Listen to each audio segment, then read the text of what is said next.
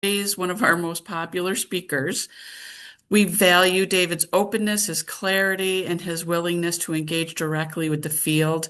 And under his leadership, the Office of Housing Counseling has done a truly phenomenal job advancing the work, strengthening programs, responding to real-world challenges, and keeping housing counseling visible and relevant at the federal level. We're really grateful to have him back with us today and look forward to his insights into a robust Q&A. David, take it away. Ellie, thank you so much for those kind remarks. And it's really wonderful to be here with all of you. I always look forward to my conversations with the members of the National Housing Resource, whether it's through the leaders in housing counseling meetings or directly with you at events throughout the nation. And I just want to thank Bruce and Ellie for the invitation to be here at this time.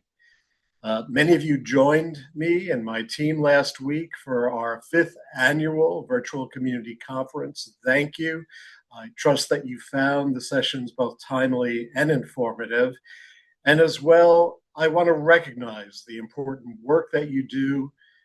Each of you see the challenges that American families and individuals face every day in their housing. And you're the ones who help shape solutions for those families, whether their goal is to realize home ownership, to ensure a healthy place to live in rental or home ownership, whether you're helping elders to age in place, helping the unhoused to find affordable housing, or doing so much more work with regard to helping people respond or return to a healthy place after a disaster or any type of situation they may be facing.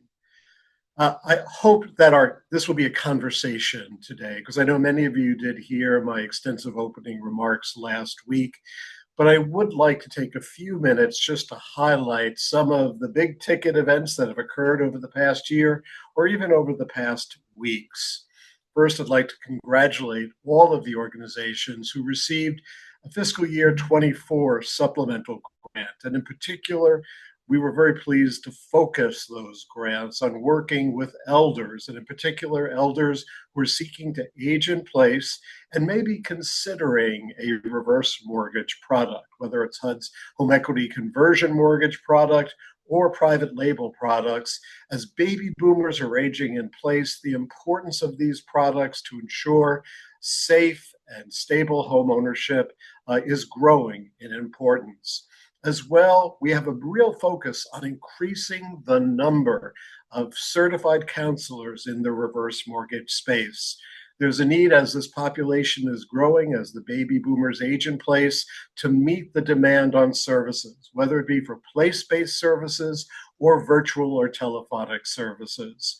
These are the kind of issues that don't always make headlines, but change lives in real ways. The work that you're doing helps elders, you're a trusted advisor, and it is invaluable to this population group. As well, I want to thank all of you, the close to 1,500 not-for-profit organizations. Many are national, regional, and or local. You're doing a very important work. And the 4,300 HUD certified housing counselors who last year counseled and coached over 1 million consumers. Thank you for all that you're doing. That's 1 million people who had someone to turn to when the housing market felt confusing or intimidating. And that's the core, and that's the real reason it makes our work so powerful and so rewarding for everyone who engages with us. And of course, as we speak, preparations are underway for Financial Literacy and Education Commission meetings where we've had real impact over the past year. Of course, all of you are aware of our efforts to modernize. We're simplifying the NOFOs. We're making it easier to do work virtually, to work using online tools, to do work telephonically, and of course, using place-based services. And we're streamlining our rules. Stay tuned for more information on that as we move forward. I've covered that at past meetings, but we're very pleased in order to do this so that you can spend more time with consumers and reduce your operating costs. We're moving forward with new model industry standards, and I hope we can touch on more of that during today's discussion. Over 90 professionals from housing counseling, from financial services, from mortgage securitization and servicing, from real estate, and so many other professions have applied to assist us in developing these standards. The first focus will be on home ownership and modernizing the standards in that space. So much has changed over the past decade, from this creation of our office and housing counseling certification to all of the products that we use day in and day out. These affordable products demand new standards and new roles for housing counselors, and we want to ensure that best practices or model industry standards are relevant and engage all of our partners so that we can serve our consumers moving forward. I'm very excited also about some of the work we're doing to apply technology and offer you new products. Many of our larger agencies have been doing consumer satisfaction surveys for years, frankly, many from the financial crisis on. But the cost of CX tools has often been prohibitive to the vast majority of our organizations. And we're very excited that we have a complementary tool for all of your use. It's an online-based tool, and this customer satisfaction tool will give you wonderful feedback from your consumers, but it also will celebrate our impact as an industry. This is readily available to you. We're going to be using it more moving forward in the new grant program, the NOFO that's coming out, and the new awards. But it's win-win on every level because overwhelmingly consumers feel very, very good about the services they receive in every aspect of our work, from pre-purchase and homeownership education all the way through reverse mortgage counseling and landlord-tenant issues. So let's capture that data. Let's see how we can improve internally at our agencies and at the same time celebrate what works across the country. One of the most important sessions and the most popular sessions last week at our conference was the data sessions on 9902 data. We've worked with, of course, NHRC and the Coalition of Intermediaries on new MISMO data sets. In fact, they're referenced in some of the new legislation that Bruce mentioned earlier, the Housing in the 21st Century Act. Data to document success and impact is very much part of the legislation. And we feel the same way at the Office of Housing Counseling as well as HUD. And you're aware we've been taking steps to capture more outcome information. This is going to prove dividends in our work, and I'm very looking forward to releasing information about our recent home ownership initiative grant program. We have some amazing data on your work, and it really shows the impact of what we're doing, whether it's upon credit score, mortgage qualifications, stability. It's really fascinating data. The wide-scale use of down payment assistance. I can't wait to share all of this with you and the positive impact of our approaching and using a negotiated fixed rate or a fee for service, which I hope will leverage all of our collective ability to work with the private sector and emulate that. As we move forward, we also have to be sensitive to the needs of Gen Z, Gen X, and millennial homebuyers. There's a need for trusted guidance more so than ever in this space. I mentioned last week, and I'll share it again with you, there's growing concern, not only from counselors, but also mortgage originators, as well as mortgage servicers, about essentially the buy now, pay later programs, because those products are not reporting on credit. And very often consumers don't realize the impact on a monthly budget that has. So we need to be focused on that to ensure stable budgets, stable rental and home ownership situations, as well as look at it from a consumer protection vantage point as we work with mortgage servicers and mortgage originators to make sure that consumers are empowered to enjoy their housing situation. As well, we're waiting on final approval within the next few days for an updated OHC program handbook. I look forward to sharing that with you. We'll be providing a lot of information about the updates. Principally, they reflect many of the new executive orders that have been issued, but also the manual continues on our approach to streamlining, making things easier for you as you move forward. So where does this leave us? Well, I think we're at a moment of momentum. I believe, particularly if we look at some of the activity that's happening on Capitol Hill, it leaves us with a very strong opportunity for a more modern, more connected housing counseling ecosystem.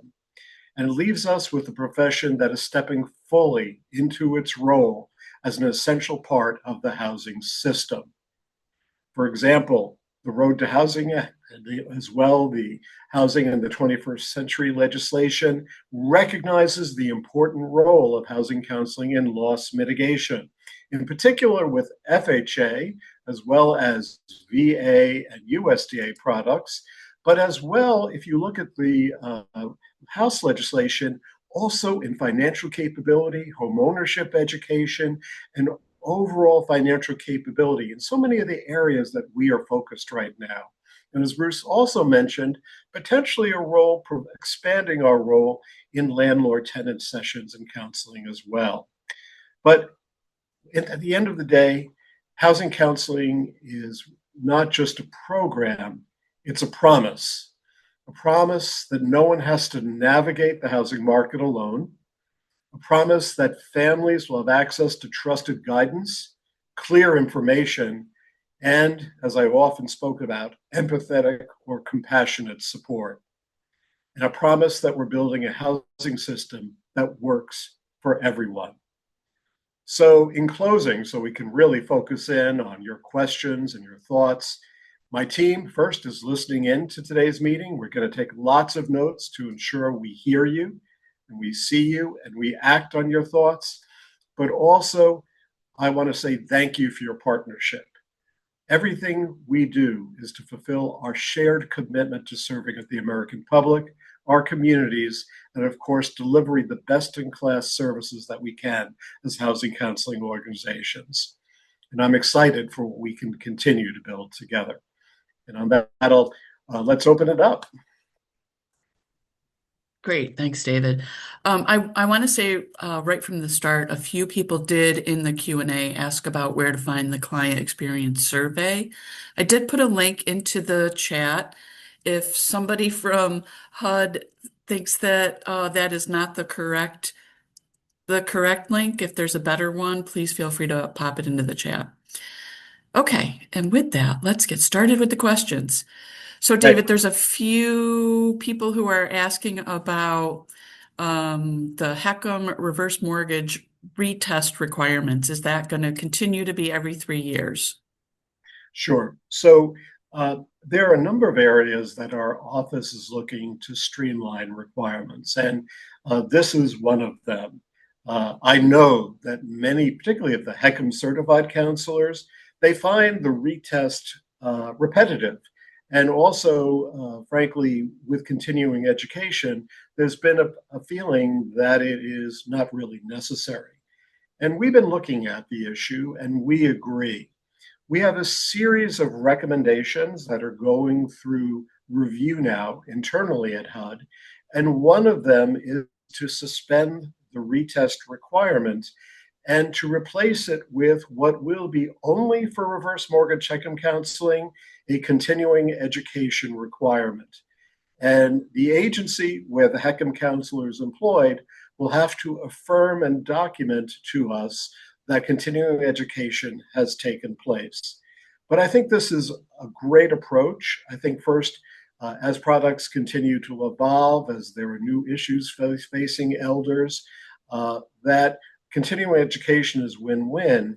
And this way, we're also eliminating some of the concern about the retest process. So stay tuned, because this is a change to our rules. We have to take it through certain steps.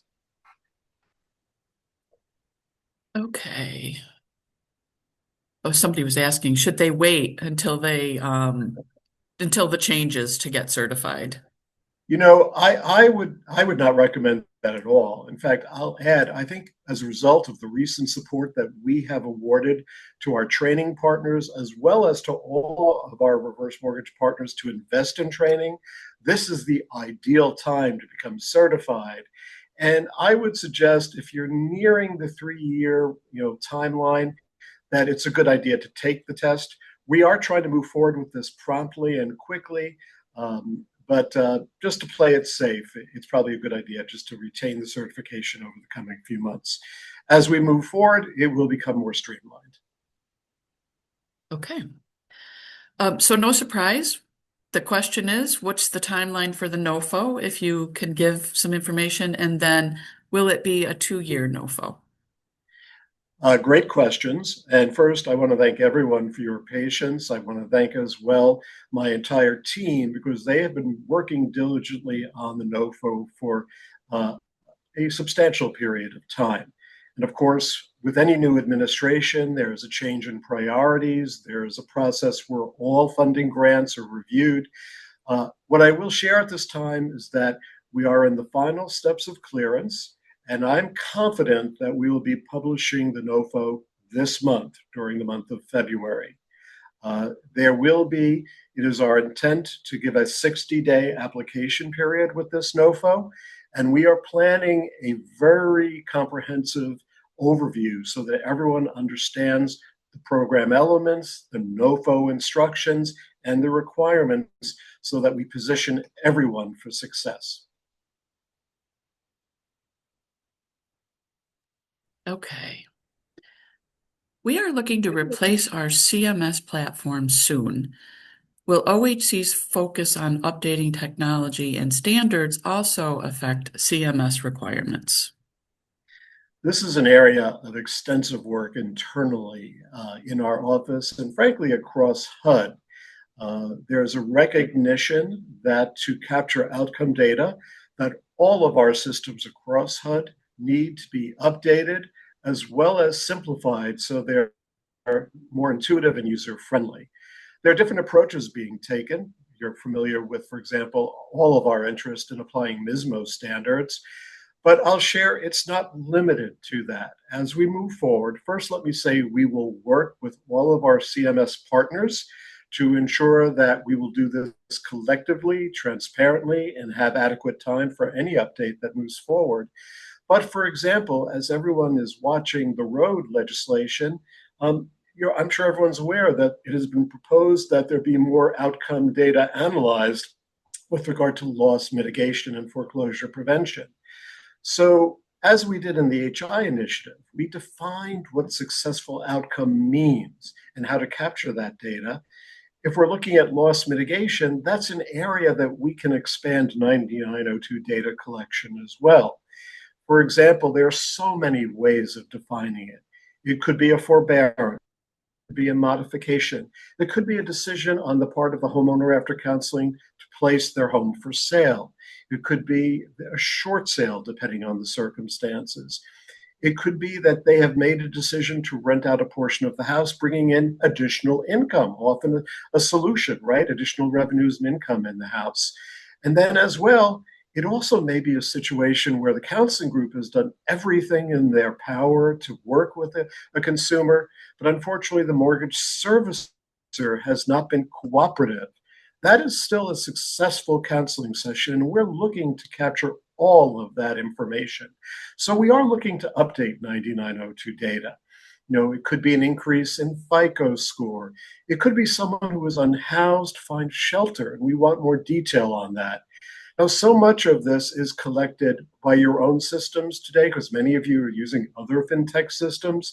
So one of the issues we're also looking at is how do we develop a new system that makes your life easier but captures all of this information. And as well, we hope that it will become real time. That is critical because the retroactive work is harder for everyone. From data entry, that's when we have the best information coming in through closure of a file. And it will also make our lives easier when it comes to program reviews as well. And thank you all for the wonderful collaboration with our desk reviews and place-based reviews. You're all doing great in that space. Okay, let's see. So HUD is in a good position to advertise housing counseling services to a bunch of different entities like public housing authorities, lenders, eviction courts, and so on. Would HUD OHC consider working with these types of organizations to encourage marketing housing counseling services in the same way that lenders now add housing counseling info in foreclosure documents? So, first, I just want to note our successful awareness campaign that went on for nearly 3 years and reached millions of consumers across the country. I know many of you also used those materials, and we took particular pride in our National Housing Counseling Day initiative. Of course, we are in a new day with regard to federal expenditure of funds. And like many offices across the federal government, a number of our contracts were reduced by the DOJ or canceled by the DOJ, and that included our awareness uh, campaign as well. However, we are still looking to develop new and innovative approaches working within this administration's priorities. For example, Commissioner Cassidy, our new FHA commissioner, is very interested in reaching borrowers, the next generation of borrowers. And so we're in early discussions about how to best do that. And as well, we're very focused on expanding how we engage with all of HUD's partners. That includes, for example, block grant recipients, it includes housing finance agencies, it includes Section 8 and other subsidized housing providers. It includes those working in the unhoused or homeless space and others. And so this is going to be a growing focus of HUD and the program. And so we're very interested in suggestions on how to reach consumers effectively, every audience that HUD serves and that you serves. And we hope that we'll be able to do it in a public way and also through targeted communication. As well, I think many of you are aware that during the pandemic, our office did send direct mail pieces out to consumers who are at risk of foreclosure. That's a wonderful best practice. And I envision, as a best practice, our recommending in the future we do that again. Okay, let's see. Are there any study resources available for the HECM exam? Uh, there are great resources available on our website. And I invite my team who is participating or listening in today to post that web address with you.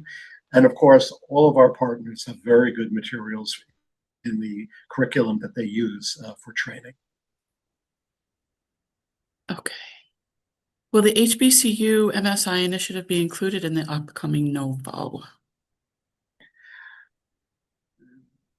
I'm in Ellie, I'm not supposed to be speaking about the upcoming NOFO as far as program areas, Okay, but I will say that the answer to this question is yes, but I cannot give any more detail about the NOFO. okay. Let's see. So this person says they found the counselor experience survey, but it's not clear if we should just be copying and pasting the sample provided or if there's a direct link we should be sharing. There's also no QR code there, even though it's mentioned. Yes, we had a previous webinar that shared all of this information. And I'll just invite my team once again to share information. I think what we're going to do is plan on repeating this webinar if we can. There was also a wonderful PowerPoint that was shared. I think during our national conference, hopefully that can be shared and linked today again. And we'll also get back to NHRC with who to reach out to for more information. Great, thank you. And I just want to, somebody Oh, just and asked about, Ellie, go ahead. Ellie, if I could just add one more thing about HBCUs. One of the frequent questions that we had received with regard to the president's executive order on diversity, equity, inclusion, there was confusion and concern. Does that reach the HBCUs and the work that we're doing in that space? And I just want to point out that the White House also issued and reaffirmed an earlier executive order calling on all HUD programs and all federal programs to fully engage with HBCUs. So this is a stated priority of the administration, and I know we all watch the news and we follow so many different issues. That may be a surprise to some people, but it is a focus of the administration. Okay. For HECM continuing education, are there going to be additional courses available that qualify? And I'll just say I did post into the chat, and there will be an email coming out about this next week. Some additional resources for training, and those are through an organization called HOPE. They do quite a few reverse mortgage sessions that are accepted by HUD. And then also the National Reverse Mortgage Lending Association, they also have on-demand learning. And if you pay attention, they also have live webinars. And those links are in the chat. But also, David, if you have anything else to add. Yeah, I'll just add we're in active conversation with all our grantees to expand the range of offerings in this space. Um, the HECM exam is the most challenging of all of our certification exams, but it's also among the most satisfying areas of work, particularly in light of some of the increase of the elderly unhoused in the nation. Uh, it is a very, very important aspect of the foreclosure prevention work we are doing. And I think everyone on the call is aware that over the past year, the foreclosure rate has been slowly increasing. We do see that in the requests coming into our Find a Counselor tool online. In fact, between the previous quarter and this quarter, there's been a 17% increase in consumers seeking counseling agencies who provide foreclosure prevention counseling. So whether it's HECM counseling for someone thinking about the product or all of the work that we do in sustaining housing, well, HECM certification is not required for foreclosure prevention. It really is, it brings you full circle and you become very well rounded with that certification if you have knowledge of the product. Okay, so somebody asking for some clarification about the actual fiscal year that is being covered by the NOFO that is about to come out. It does not follow the fiscal year. It comes from a particular fiscal year grant period, fiscal year 25. But we'll be working with all of our grantees. Many of you may be looking for a grant period of October 1, but it is our goal to work with everyone to ensure successful completion of the grant. Any word on when USDA RD will release the 502 direct loan funding? Yeah, I don't know the answer to that, so I can't really respond to that question. Okay. Somebody just said they appreciate the 60 days for the NOFO. Somebody said we need a separate HOA foreclosure status. Let's see. I do want Somebody, to, yeah, somebody's just asking for a repeat on the projected date for the NOFO. They missed what you said. during the month of February. Okay. All right, go ahead. You wanted to Yeah. say something, But David? but as soon as we know a publication date, there is a process. We will alert all of our partners, and of course, everyone will receive an email as well. I do want to note another very significant development, and tomorrow at the public meeting of the Financial Literacy and Education Committee, the Treasury meeting, uh, our Assistant Secretary for Housing will be speaking there. The topic is going to be Trump accounts. These are the new accounts for newborns over the next 3 years that essentially will receive a deposit from the federal government and then keeping them tracking essentially investment portfolios. By the time that child reaches adulthood, they will have a substantial savings account that they can use towards home ownership, financial capability, college, anything that they would like. This is something that we hope all our counseling agencies will become familiar with.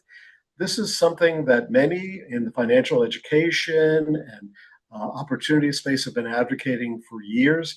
And it is a very, very significant development. Again, uh, the Trump accounts have real opportunity for our clients, and we'll be working to educate our agencies and our counselors more about them moving forward, but keep an eye on them. It's actually a very exciting initiative. Okay, can you speak more about the landlord tenant services you envision for housing counselors? So at this time, I really envision the work that is occurring as ongoing.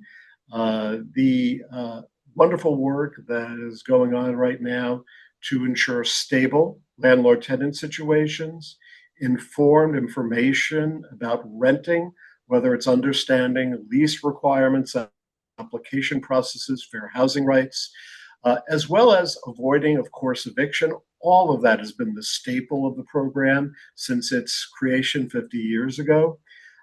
With regard to other areas of work, I do think there's greater opportunity to educate existing tenants who may be qualified for home ownership but unaware of that right now, of the many wonderful mortgage products that are out there to realize home ownership, as well as all of the down payment programs. And I think that's a strong opportunity for our agencies.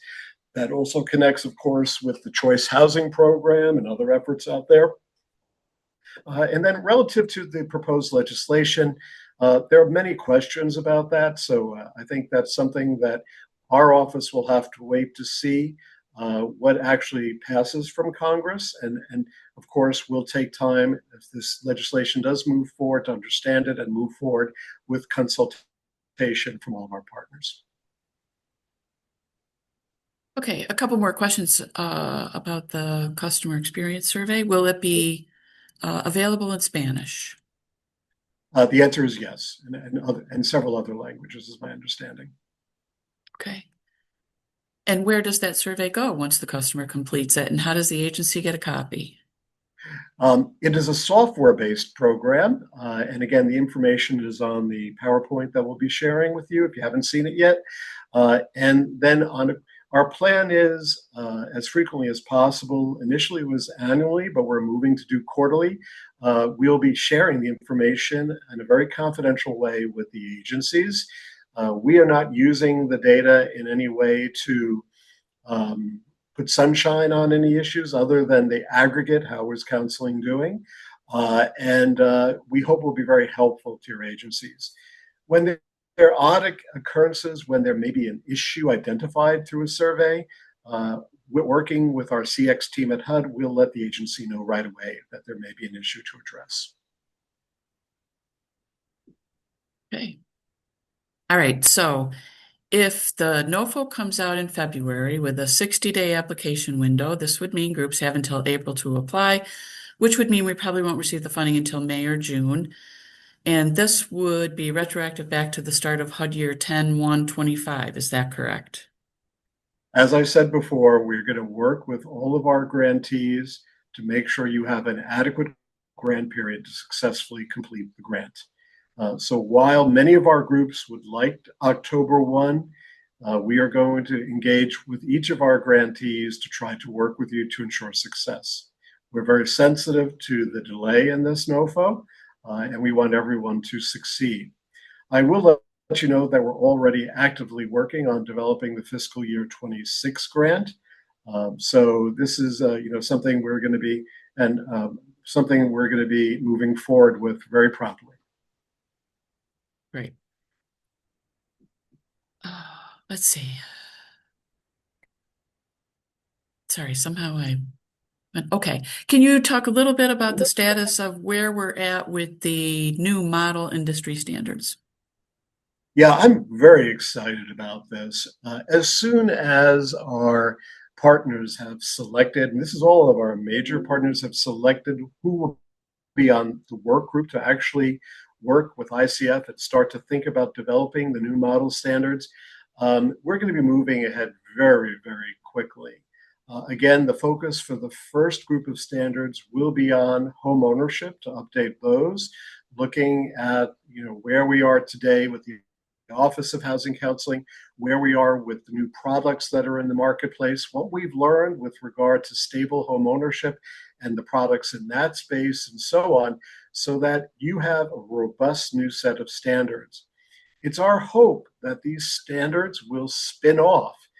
We want them to be owned by industry. We are simply facilitating these standards and to try to update them so that all of our partners, whether it be a mortgage originator, a mortgage servicer, investors, whether they be appraisers, whether they be, of course, all the real estate professionals we cooperate with, and so on, all want to engage with housing counseling agencies. And as well, we'll be looking at some of the reporting criteria and use of fintech in our space as well. So much has changed right now. Our goal is for this to be a very open and transparent process. As the committee begins work, they hope that it's my hope and plan that they'll report out to the Housing Counseling Federal Advisory Committee, as well as many of our programs as we move forward. And it will be a healthy refresh for everyone. Now, I can't speak to more than that because really it's in the hand of all of our industry partners. We're simply facilitating the process, but it's overdue, this process.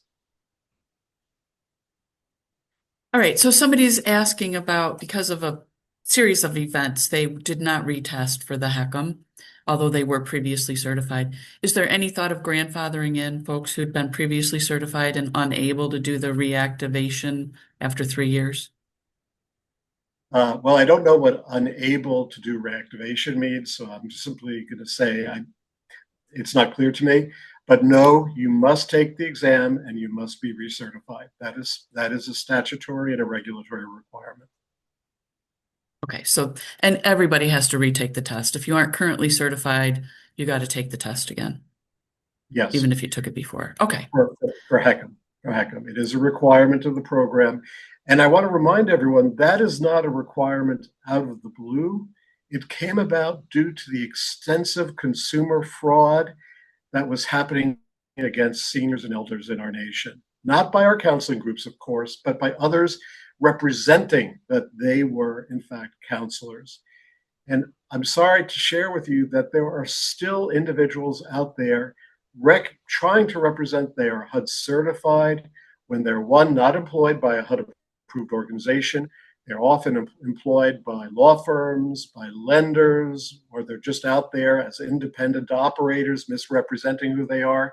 This remains an issue. And so we have to stay strong and protect our profession and guard against all of this so that seniors have trusted advisors.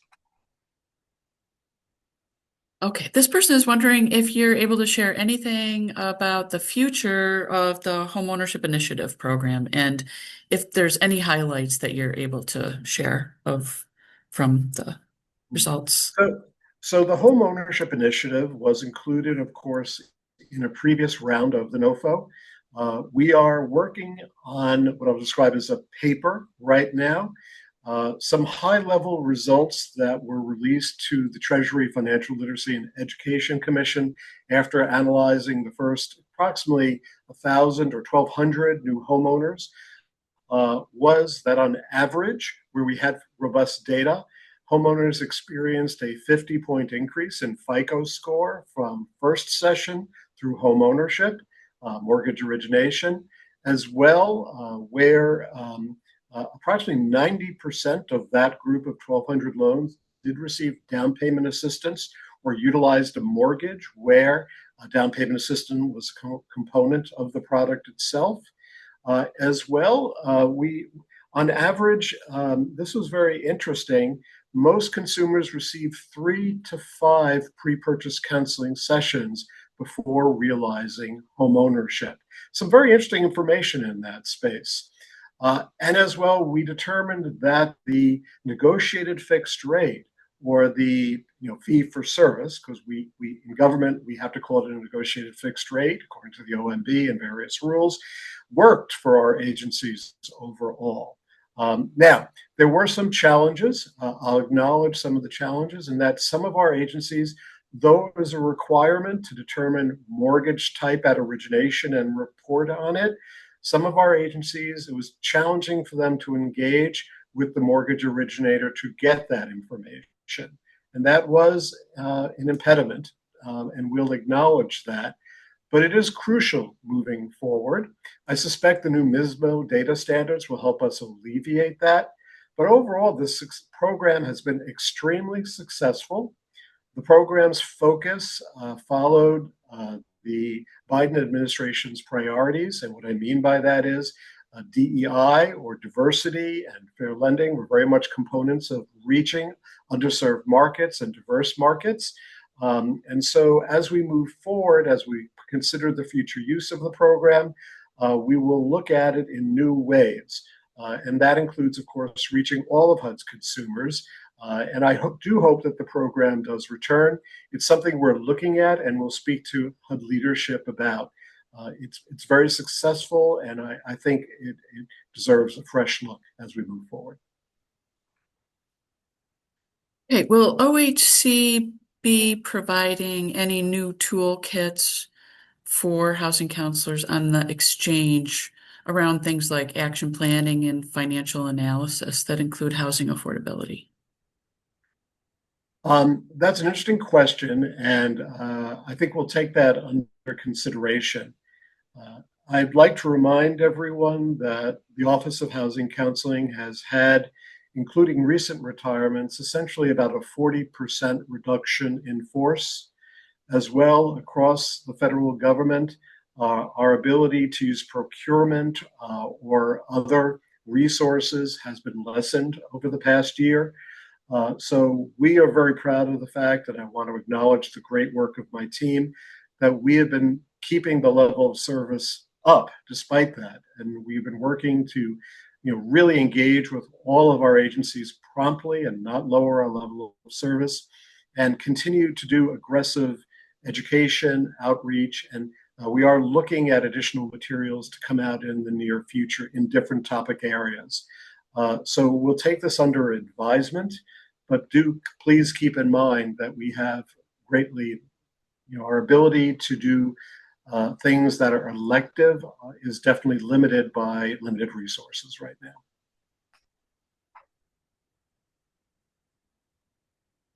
now. So somebody's just kind of asking about if you could talk about how HUD does oversight with HUD-approved organizations that are actually funded by HUD, Office of Housing Counseling, and those that are HUD-approved but don't directly get funding from the Office of Housing Counseling. The approach is actually the same as far as program reviews. And rather than spending extensive time here today, I invite you to visit the HUD Exchange for more detailed information on that. What I will say is that, again, we do conduct program reviews for more than 300 organizations. Of course, we also do the FAR or financial reviews as appropriate as well.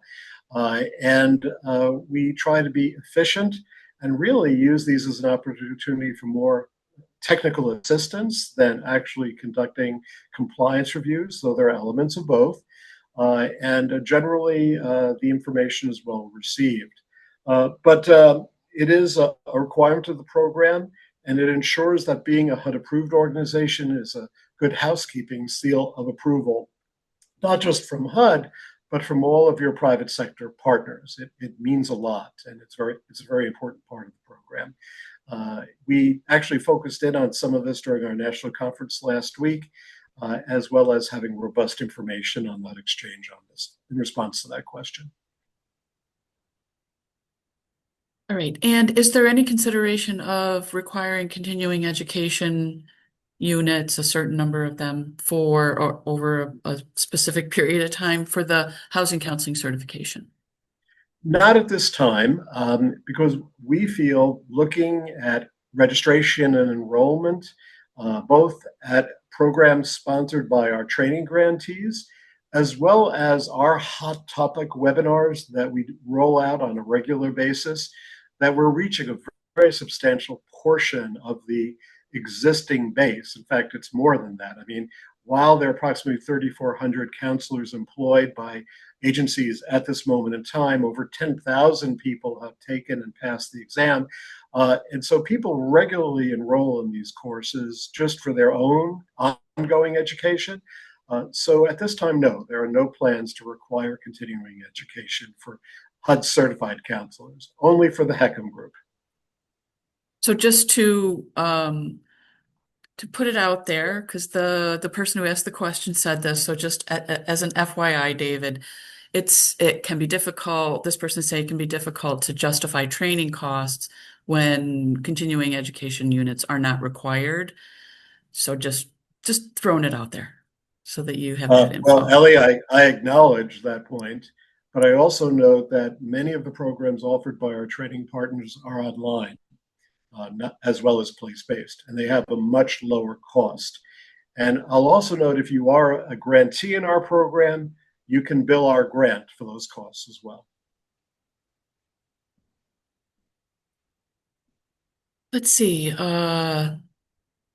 Please collect data on foreclosures on HELOCs / equity loan foreclosures with non-delinquent primary mortgages.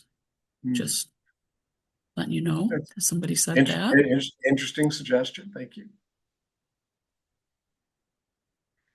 As agencies across the housing counseling field assess potential risks and opportunities associated with applying for the NOFO, what insights or guidance can HUD share to help organizations make thoughtful and sustainable participation decisions? Hmm. Well, again, I cannot respond to specific questions about the NOFO itself, but I do invite everyone to attend, which will be announced, the webinar that will take everyone through the programmatic and administrative requirements of the NOFO, which will be different than previous NOFOs.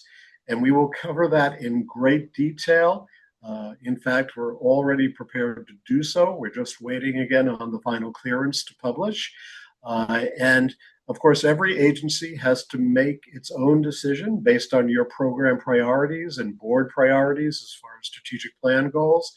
But we hope to see really a great pool of organizations supported by our program. And we also hope that it will empower more private sector support of our organizations as well, or enable more of it.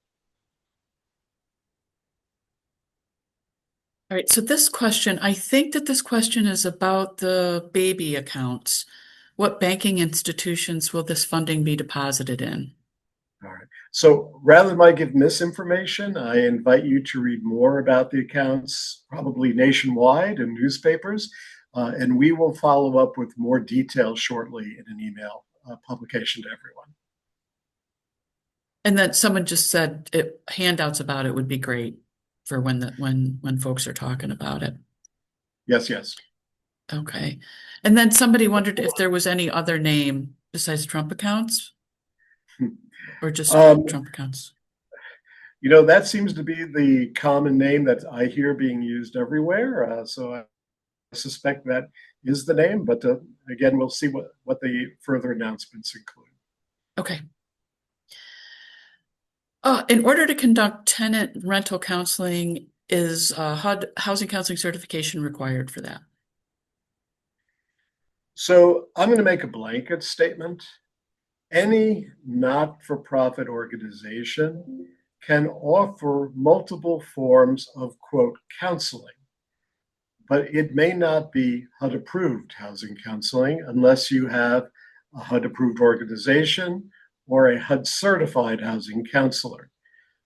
So there are many organizations across the country who do offer landlord-tenant, who offer legal services concurrently, who also may offer homeownership education or work with elders. And that's a very important service that they all provided. But being a HUD approved organization elevates and adds additional respect to the branding of your organization. And of course, it does add some additional program requirements. But that's the give and take that has been in our program for years. And I think that most organizations feel that extra work is, working, reporting on 9902 data, engaging with our staff occasionally for program reviews and financial reviews, or your intermediary, if you're an affiliate of an HFA or a national or regional intermediary, is very worthwhile. But of course, I recognize, because I began my career at a local housing counseling group, that for some, any amount of additional work could be perceived as burdensome. And that's why we're trying to move to a more advanced client management system that will basically incorporate all reporting and, to the extent we need oversight, into that system and make our lives easier using technology as a solution moving forward. We're not quite there yet. So I recognize that for every organization, it's an individual choice. And I will say for many of our groups, where they've really had the most success, and we've spoken about this in the past, is where they're leveraging housing counseling with other programs, whether it be, for example, managing subsidized apartments, or perhaps working with their HFA to place people into new homes that are being developed or refurbished. Sometimes working, of course, with major financial institutions on foreclosure prevention, loss mit contracts, and so on, to leverage the work we do so that we're empowering clients and connecting it to other programs. Many of our groups have actual contracts with their local housing providers in the Section 8 space and the housing choice area, and so on. Some are actually developing housing now. So we have to be entrepreneurial because, of course, our support was always designed simply to be foundational, not to be 100% of any organization's funding. And that's the challenge of running a social enterprise or not for profit. Of course, they're all businesses, but we want to see everyone succeed, and we're doing everything we can to streamline and to make it easier in the future. Okay, there is somebody who's expressed a little bit of concern about lowering the standards for HECM certification by making it just a one-time certification. And since there have been instances in the past of folks not passing when they retake, are we lowering standards? That's kind of the concern. Yeah, I think it's a very fair question, but please keep in mind that when our office does receive a consumer complaint or a referral from a member of Congress, or if there's a concern raised by a partner, could be a financial institution or someone else, of course, we will immediately troubleshoot that situation and look into it. There are ways of ensuring quality control. And I'll also add that the board of directors, executive director, or program staff of all of our partner agencies also have a fiduciary responsibility to ensure that it's not simply the counselor alone. There should be oversight and quality control inside an organization. So there are multiple layers to this issue. And of course, we'll be monitoring all of this as we move forward.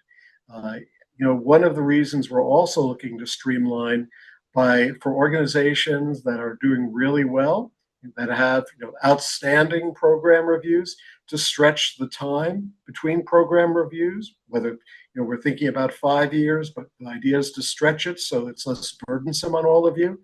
We do reserve the right when there is a concern to opt into a review to troubleshoot it. So this is a balance. And again, I'm happy to share with you that we were in the past year, the number of complaints that come into our office about HECM counselors, let alone housing counseling professionals, is very, very small, very small. And since we're talking about HECM, can you talk a little bit about the HECM NOFO?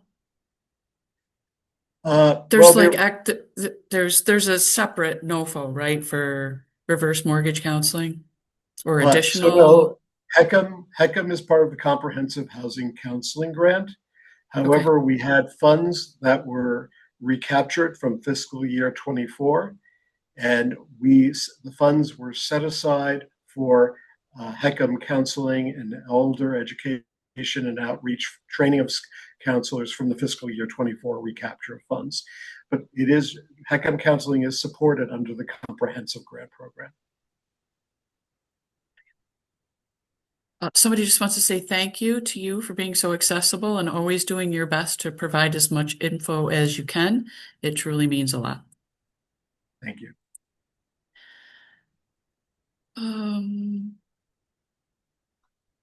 Oh, somebody's just wondering, do you have a timeline for when the committee for the model industry standards will be announced? We've publicly stated a goal of April. I'm quietly hoping that we can do it by March. The review of candidates is beginning, and that process is beginning right now. Thank you, everyone. Again, over 90 applicants to serve are so qualified. And of course, we're going to try to err on having more participation rather than less, because we think having a larger committee working on this will be win-win for all of us, reflecting all of aspects of the marketplace that we do business in. Okay, And that's I'll also that. note Oh, we're hoping, with leadership approval, to also schedule the next meeting of the Housing Counseling Federal Advisory Committee with some very good topics that we're looking as well at March for that. So stay tuned for more information. okay. This one is about talking about HUD working with the PHAs to ensure that they partner with housing counselors, especially around the Section 8 housing choice voucher potential for homeownership. I think that's a great recommendation. I think it's a very important area of focus for all of our agencies nationwide. I think in particular, there's so much opportunity to work with HUD consumers across all HUD programs, whether it's Section 8 or working with consumers in PIH programs or community CPD type programs and so on, tribal. I think that's an area of great opportunity. There are over 10 million consumers in those programs if we look holistically across all HUD programs. Keep in mind that as an area, you report 1 million consumers. We have 1 million consumers reached a year in our program. Great opportunity for growth in that space. I agree. Okay.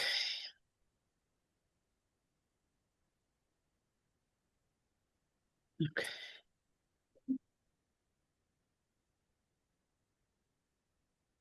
Any insight on the executive order on limiting the number of homes that a company can hold? And based on that order, do you think that HUD might change the way they sell notes and go back to the nonprofit carve-outs? Oh, I have, I think this is the private equity firms. yeah. So certainly the president made a very significant announcement, and I think one that most of our agencies would endorse and agree with. That it's very difficult for the average homeowner to compete against anyone who is putting all cash down. So I think that recommendation or order was widely applauded by the not-for-profit community and advocates. With regard to HUD programs, I don't have any additional information on that, so I really can't respond to that. But I think that anything that Secretary Turner would do would want to affirm what the White House has done. Okay. Any current updates on mortgage default delinquency assistance for homeowners or any word about VASP, in particular the partial claim, which was passed, but we're just kind of waiting signed. We're just haven't heard. I don't know if you can answer this, David. It's a different department than HUD, but just if you have any insight. So if we're talking about partial claims in the FHA program, I think this is something that Matt Jones, who is the Deputy Assistant Secretary for Single Family Housing, addressed in a conversation with me last week during our national conference. Essentially, what you're seeing at FHA is a return to more normalcy in loss mitigation. Policies that were adopted during the health crisis, during, of course, the pandemic, were very relaxed to allow consumers to stay in their home with multiple forbearances. And what FHA has announced and is simply returning the loss mid programs to a more normal marketplace. He did acknowledge that that may increase in the short term the numbers of loss mitigation claims or individuals facing foreclosure. And we are beginning to see that in all loans across the country, GSE as well as FHA. But he also noted the importance of counseling and, of course, solutions to keep people in stable housing. And this is an area that our office will be working very closely with the FH on to try to ensure that. And of course, all of you.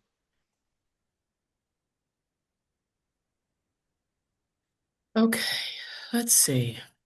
Do you have or does OHC have any opinions about using artificial intelligence for customized action plans? So HUD is looking at AI.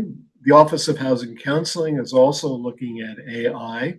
And I know I've actually spoken to leaders in a number of our agencies across the country, as well as Bruce and Ellie about this. Uh, I do think that AI has a future in housing counseling. I published a brief article on LinkedIn about this with a strong opinion that AI will never replace human empathy in working with a housing counselor, but AI can create environments where we're more efficiently using resources and regularly communicating with consumers.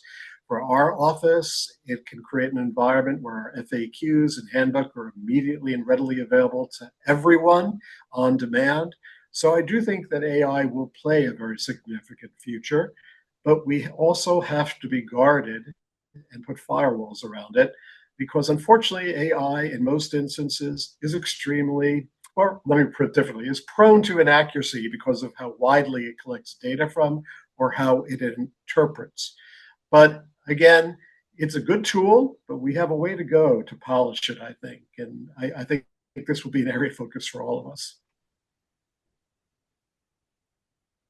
Are there any plans to include the tribes as part of the revision of the standards? The answer is definitely yes. While I truthfully, I'm not briefed on who the 90 applicants were at this point for the effort. There's no question in my mind that we will be reaching out to tribal communities to participate in this process. And that's true as well as we move forward with tribal certification. Of course, we've been developing the exam. We've been working very closely with ONAP. We took all of the comments and feedback from both our more formal hearings as well as all of our informal consultations and meetings with tribal communities into our thinking and developing the resources as well as the certification exam to move forward. But before we move forward, we'll also engage with ONAP and our tribal communities on that front as well. But we are looking forward to working with all our providers in this space who work directly in tribal communities or serve tribal communities. Okay, can you or somebody from your team place into the chat maybe where folks can find the recording of last week's conference if they missed it or if they missed parts of it? Certainly, it is for those who registered for the conference. It is on the CVent program on demand. However, it will stay on Zoom forever, so we can place that link up into the chat. Okay. And I'll also add, I posted the Zoom link on a LinkedIn post, if that's easier for some folks. Great. Okay, let's see. I have heard buy now, pay later applications being looked at as problematic. I personally think that it may be a better alternative than using traditional credit cards, and the pay for option is just short term. Okay. Do you have any thoughts on navigating all of that? Venmo, Cash App, Zelle, Apple Pay, all of those things. Yeah, so it's particularly a real issue with young homeowners today. You know, consumers between the age of 18 and 30 in particular, that's where this is beginning to be documented. And these are tools that are frequently used by this group, at least some of the initial research that's been out there. My concern there, I have several concerns, but in particular is that those consumers aren't necessarily thinking about these agreements as debt, and they're not including it as they talk about funds owed or as they think about income versus expenditures. As well, it is not captured in credit reporting either. And so those are two big red flags in our work trying to educate our consumers as well as assess how stable their financial situation is or to suggest good budgets moving forward, regardless of their situation, whether for homeownership or, in fact, if it's loss mitigation. So this is an area that's getting more and more attention. It's something that mortgage servicers are beginning to talk about. It's becoming an industry talking point. So I think it's important for groups like NHRC representing the housing counseling community to make some strong best practice recommendations in this space. And I raise it as simply an issue for us to be aware of and to ask the question when we're meeting with our consumers. Okay. With the counseling requirements for the action plan for the Trump accounts be different, the action plan will not result in home ownership of the counseling sessions for those accounts. Yeah, I'm not sure I necessarily see a strong connection between, let me rephrase this. I think discussion of the Trump accounts for families considering home ownership is definitely a best practice. As a housing counseling session alone, it's not adequate to be housing counseling, but part of a broader, more robust financial capability discussion. The way we're also thinking about estate planning as well as other issues, title transfer and other things are covered at pre-purchase counseling. I think that's a wonderful idea. So this is an issue we'll have to look at and perhaps include in the model standards. I think it's a great question. So this is a question that I think is going to elicit multiple answers from you, David. But Uh-oh. do you have to submit a 9902 if you are not HUD approved but have a HUD certified housing counselor? Submission of robust and complete 9902 data for all HUD approved organizations is not only something we expect, but it's also a best practice. As a group, as a profession, as an industry, I have to say it's very unfortunate we have been historically underreporting. And that impacts our ability to speak to the extent of the work that we do. Now, part of that is, sometimes different counsel or advice has been given. Sometimes there are urban myths about what is housing counseling. We've been working very strenuously to say more is housing counseling than, in fact, many people realized. Our work in financial capability during the pandemic was housing counseling. Our work when someone is unhoused, but there's no need for a budget, is housing counseling. And so we've been really working to update all of our guidance and FAQs on this. It is in everyone's interest, grant funded, HUD funded directly, or using local funds, private sector funds, block grant funds to report 9902 data. And I'll add, now that we are publishing more of the data from intermediaries and have these wonderful tools online from HFAs and all the local groups, you can be sure that more and more of our stakeholders will be looking at the data. And so if you want to document and affirm your impact on a community level, 9902 data is becoming the way to do it. It's the norm.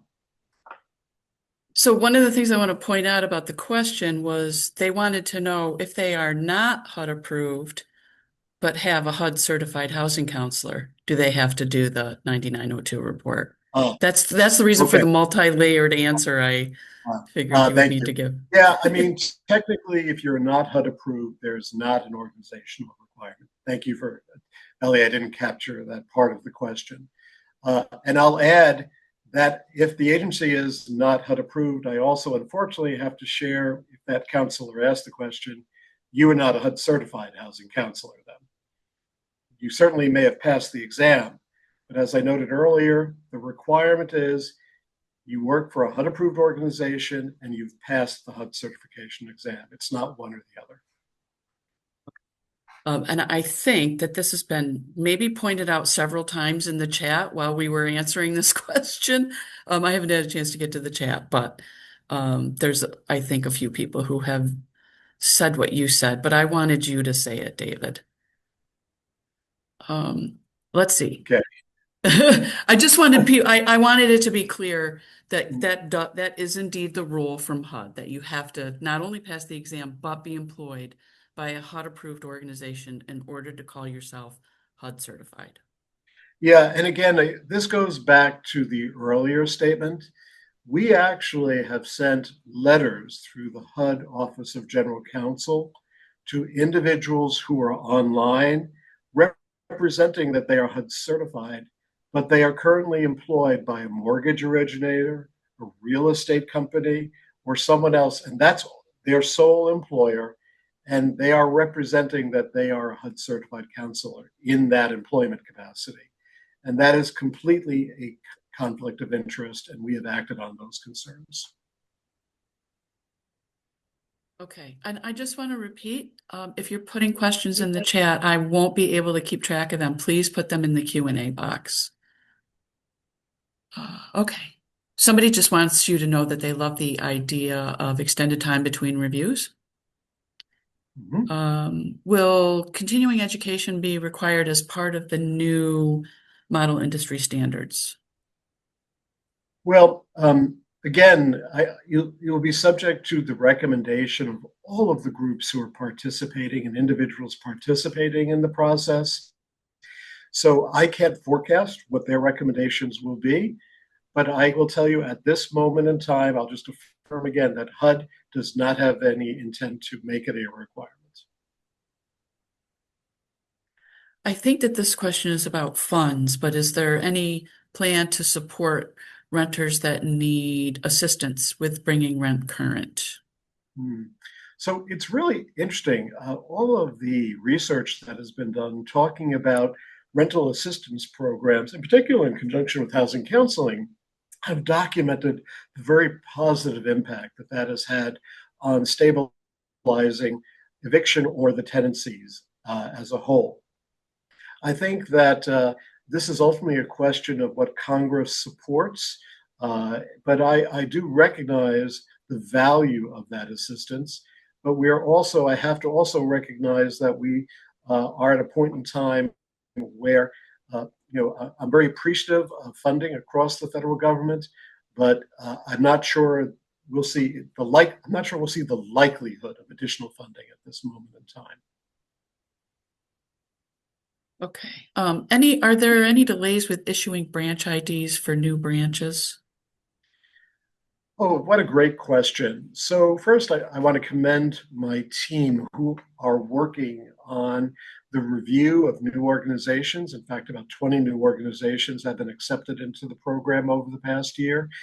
There are a number of pending applications that are about to hear some good news that are out there right now. And we know it's a process because there's a lot of documentation that has to be provided. I'm not aware of any significant delays with regard to branches. I'll share, this is an area that we're watching very closely because there has been some consolidation. That has been the impact of virtual housing counseling. More and more consumers are opting for virtual or telephonic counseling rather than necessarily place-based counseling. The other trend is that we are seeing more agencies perhaps considering to become local housing counseling organizations rather than necessarily an affiliate of an intermediary or HFA. So these are just small trends that we're watching. We want to ensure that consumers have choice no matter how they would like to receive counseling, place-based, virtual, or telephonic. And we want to make sure we have a great group of counselors in every community to meet that need. But I'm not aware of any significant delays. And as I always say to all of our agencies, please reach out to your point of contact. You can reach out to any of the directors in our office or even to and we'll quickly follow up with you on any concern.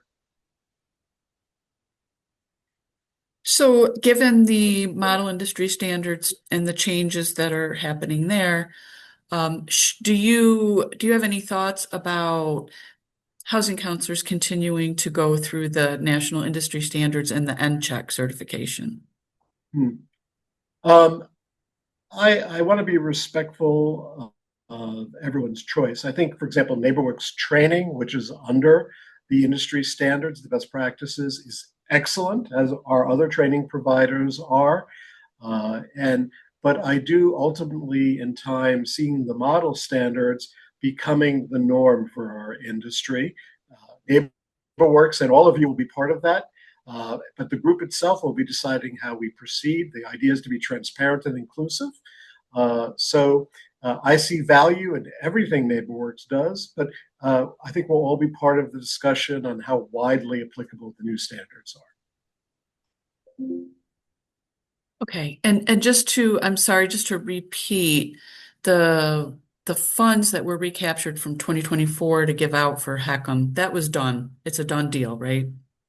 That is correct. And Okay. the way a supplemental grant works, we are very limited by, in fact, rules and Congress on how we can apply OMB, how we can apply those funds. It must be to existing grantees in that fiscal year. And so we don't issue a separate NOFO with those funds. And in particular, this year, in many program areas, funds were also recaptured by OMB or the Treasury. So we were very pleased that we were able to award these funds to meet elder needs to our counseling groups. Okay. Are other states seeing programs like Rent Now, Pay Later? It's now a growing issue in Central Florida. Are you hearing anything about that, David? Well, again, I've been at several nationwide stakeholder conferences, mortgage industry, real estate industry. This issue is emerging, and there's a lot of acknowledgement of it nationwide. I think it's my hope that we'll see some review of this by some of the agencies across the country. But again, I think for us to empower consumers and educate consumers about the products is a very, very good idea. Can you talk about HUD's proposed rule as it pertains to disparate impacts and any effects, if any, the rule may have on housing counseling? Well, I think everyone is aware that there is a new executive order, which the Office of Fair Housing and Equal Opportunity is acting upon. The administration does not hold the opinion or the position that disparate impact is a fair housing standard. And I know that many of you are watching this issue. As far as housing counselors, I think that this is an issue for you all to address from a policy perspective individually. And I'm not going to comment on it any further than that. Okay. Can an HCA utilize a volunteer who is, they said a HUD certified housing counselor, but I'm going to say who has passed the HUD certification exam to perform housing counseling when needed? So this person would be unpaid, they're a volunteer. Volunteer. That's a really great question. I think the answer, in all likelihood, would be yes, but I think we would need to develop with you some sort of work plan, to ensure that there's a set number of sessions or regular commitment to hours at the agency, as we would any housing counselor. And so I suggest that you reach out to your POC, and this actually would be a really interesting first impression issue, to the best of my knowledge. So thank you for asking it. I think we could work out an FAQ on this to move forward, so everyone has guidance. That'd be great. Okay. Again, another question about the delays with the IDs. So regarding the Trump accounts, I hope there is guidance included for custodial issues.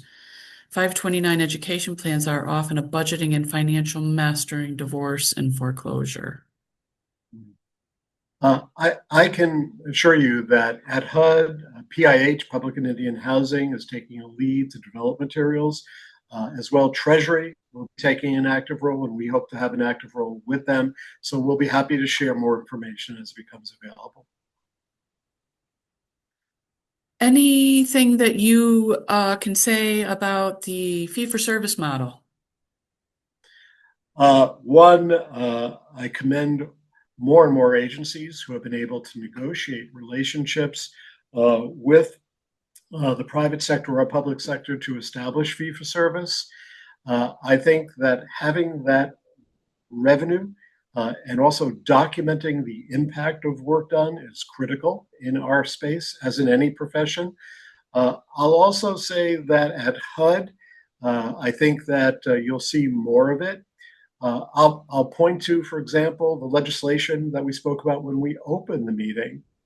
Both the Senate and the House legislation calls for HUD-approved housing counseling agencies to provide loss mitigation services to FHA consumers that would be through a negotiated fixed rate, our equivalent of fee for service. And so we would approach that as we did in the HI initiative with a professional accounting firm, quantifying actual costs to substantiate a fee for service and ensuring that it is a real number, not a number that prompts any organization to take a loss, but fairly compensates you using fair market values for the services that you are providing. So I see that being a much greater part of even federal funding as that legislation moves forward in the future.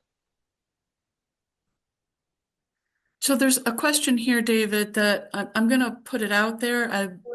It's up to you if you want to answer it, but one of the things I want to say is we are actually planning on an upcoming webinar on this very question. But I wanted to put it out there for you, David, in case you have anything you want to say to it. Mm. What are the differences between becoming a housing counseling agency through an intermediary versus becoming a local housing counseling agency? What are the advantages and disadvantages of each? That's a wonderful question, and it's something we hear all the time as a question. So let me start with a positive. I think if you're a new organization, new to the industry, the wealth of knowledge that an intermediary can provide to you is wonderful. Of course, we do everything in our power by also assigning a staff person to work with you to qualify as a HUD approved organization and offering you all the resources that we have available. But the real life experience of practitioners in the field and being able to attend intermediary trainings or conferences, conventions, is really just a wonderful way to access the program. Now, also, it's also sometimes a faster way to enter the program, not because it's easier, but because an intermediary has a more informal ability to recognize you as an affiliate rather than the government does, where we have to make sure we've checked every box and made sure everything is complete. So sometimes it's a more expedient way to approach joining housing counseling in the program space. But in time, ultimately, the standards are exactly the same. Now, earlier I referenced there is a trend where some groups now are beginning to realize that they have the capability, they have the confidence, they have the systems, whether it be financial systems or management systems, the ability to get their own CMS. More groups are considering becoming a local or what we are going to be calling an independent housing counseling organization as we move forward. And so we are beginning to see that as a trend. And some local groups, as a general rule of thumb, more of them are becoming more regional or statewide as well. These are small trends that we're beginning to see. So I think it's ultimately what works best for you as an organization. And of course, there are some intermediaries that are now choosing, because of their strategic plan needs, to step away from that role. And of course, some of their affiliates now are looking to affiliate with other intermediaries or to become independents. So happy to consult with anyone on this issue. It's really what is the best fit for your needs as an organization, for your board, and what support internally do you have? For a small staff organization, I have to say, probably affiliation is a smart choice for the resources. If you're a larger staff organization with a CFO, accounting staff, grant writers, and so on, perhaps independence works better for you. Now, I just want to follow up on the point I just made as well. One of the areas we're looking to simplify, as you know, we have a number of different titles for housing counseling agencies. That includes intermediary, regional intermediary, multi-state organization, local housing organization, and of course, HFAs. we're looking to reduce the number of titles. We're simply going to move forward with our simplification when this is more public and approved, with the titles of independent housing counseling organization or intermediary. And that will encapsulate, you could be a national independent group. You could also be a local independent group. You could be an HFA and be an intermediary, and you could also be a group along the lines of NeighborWorks with multiple organizations and affiliates, or NCRC or ANIDOS, and be an intermediary. We're looking to make it easier to understand who our agencies are rather than all these titles. Ellie, you're Sorry, muted. was muted there. A Yeah. couple of more kind of clarifying questions around what quantifies a HUD certified housing counselor. So, can an individual work as a licensed loan officer with MLS and full-time and work as a part-time HUD certified housing counselor contractor with a housing counseling agency? So, can they Um, do real estate work and housing counseling at the same time? so, yeah, so that's a very complex question. It's a loaded question. Our criteria is that there must be very strong firewalls in place, and as well, there can be no mutual clients involved, meaning between the entities. Uh, I would prefer to have that question submitted to your point of contact because each situation is unique. But the key thing that we're looking for is a strong firewall so that there is, no, that the counseling provided is neutral, it's arm's length, it's equitable, there's no steering to particular products or individuals. So, for example, if a housing counseling group has a real estate division, it's different staff involved than the same staff person. And so those firewalls are very important. And as well, being a contract employee, I think everyone's very aware we have standards around that as well. So, with regard to that question, I would prefer that our POC look at it for you and respond. Okay, so more questions. There's a few of them, but essentially they are asking, so somebody passed the certification exam, they were working for a HUD approved agency, they leave the HUD approved agency. Does that mean that they are no longer HUD certified? That is correct, until they are employed again by another HUD approved organization when their certification will be reactivated. Okay. So just to put a finer point on that, that means that they have to be in FHA connections listed as employed by a HUD approved organization. So if somebody worked at a HUD approved organization and left, they will no longer be listed on the FHA connections. So when they go to work at another organization, even if it's a housing counseling organization but not HUD approved, they will not be listed on the FHA connections. Therefore, not a HUD certified housing counselor. So let's just want to make sure everybody gets that clear. Ellie, that was textbook. Thank you. Okay. Let's see. What's the definition of intermediary versus branch versus affiliate? Well, in our model with what I'll describe as national not-for-profits or regional not-for-profits, where everything is under one corporation, they may have multiple offices that are branches of that business. Affiliates are separate 501c3s who may be affiliated with a national, regional, or multi-state. Okay. Yeah. Now, a And branch, I'll also add, a branch very frequently could also be in different geographic locations than a headquarters, again, but generally under one not-for-profit. all right, so somebody said they don't understand the distinction of being an independent intermediary versus local housing counseling agency. And the person said new, and I will say this is not a new distinction. So, but Yeah. anyway, Again, we have so many different definitions for who is a HUD-approved organization. Really, if you're a not-for-profit, you will be perceived as an independent housing counseling organization. You can self-describe as serving nationwide or serving a state or a region. But as far as how we classify you, you will be an independent housing counseling agency. If you are an intermediary and you are funding multiple affiliates, that is going to be the distinction there. Or a state HFA, again, you'll fall into that category. This is not announced yet. It's something as part of our streamlining effort, so stay tuned for more information. We'll announce all of this together. Okay.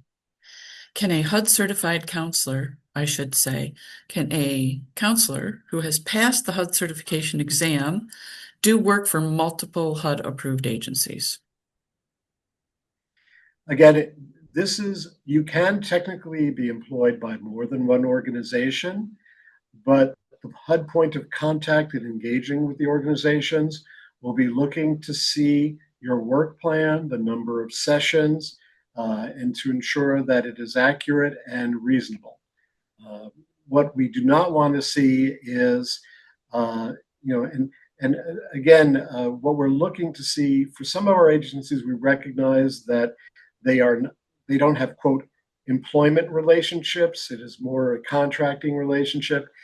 We are looking to see that, in essence, these staff are employees, not floaters. They have to know the community they're serving. And so you've kind of addressed a question that has come up from a couple of people about people who are independent contractors who have passed the exam and are contracted with a HUD approved organization. Right. HUD does not embrace as a universal form of service the concept of independent contractors. We believe that housing counselors should have a strong working relationship, in essence, an employment relationship with housing counseling organizations to document their knowledge of community and also their familiarity with the requirements of the program, which differ from agency to agency, depending on the populations being served. Organizations that are currently using contractors have documented to our satisfaction that, in essence, they are the equivalent of employees under their personnel practices. I hope that helps clarify the issue. So it sounds like it's not a blanket yes or no, that it is very much about what you can show as an organization is the involvement of that employee with the services that are being provided and with the community that the services are being provided in. Is that? And we have FAQs on this as well. Again, we try to be supportive of all our organizations. This is not intended to in any way inhibit ability of talented professionals to work for you, but we do not want to see a industry of contractors or independent providers out there. There's a reason to be a HUD approved counselor. You have to work for a HUD approved organization. That not-for-profit board supervision and guidance, the importance of quality in not-for-profit service delivery, it's all designed for a reason in our program, for that level of oversight. Okay. So somebody just put in here what it says right on the certificate. It's valid only for the above named housing counselor while employed by the named housing counseling agency and while such agency remains a HUD approved housing counseling agency. So just thank you for that. It's right on the certificate. Okay. All right, that's that. Okay. And then just finally, somebody said, thank you, David, for your informative updates and your transparency in sharing important details with us. Your insights are valuable as we prepare for upcoming and positive changes. We appreciate your proactive communication, which helps us stay aligned with future developments and better understand how these changes may impact our work and the communities we serve. Ellie, thank you. And if I could just say a few closing thoughts. And first, Absolutely.